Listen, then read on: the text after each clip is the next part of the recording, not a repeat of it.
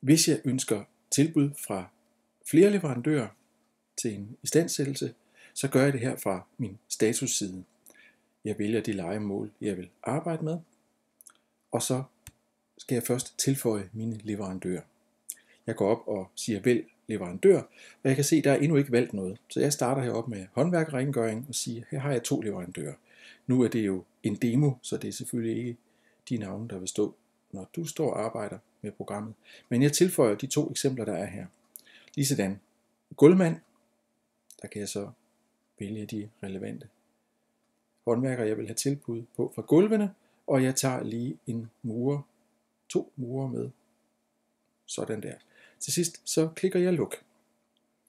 Nu kan jeg så klikke indhent tilbud, og jeg får her de her kategorier, hvor jeg har tilføjet forskellige leverandører. Jeg kan klikke på den enkelte leverandør under håndværker, rengøring, for eksempel her, Hofer, og så sende en mail kun til den leverandør. Jeg trykker lige nej. Jeg kan også trykke på hele gruppen, håndværker, rengøring. Så siger den, om jeg vil afsende anmodning om tilbud til den valgte gruppe af leverandører. Det siger jeg ja tak til.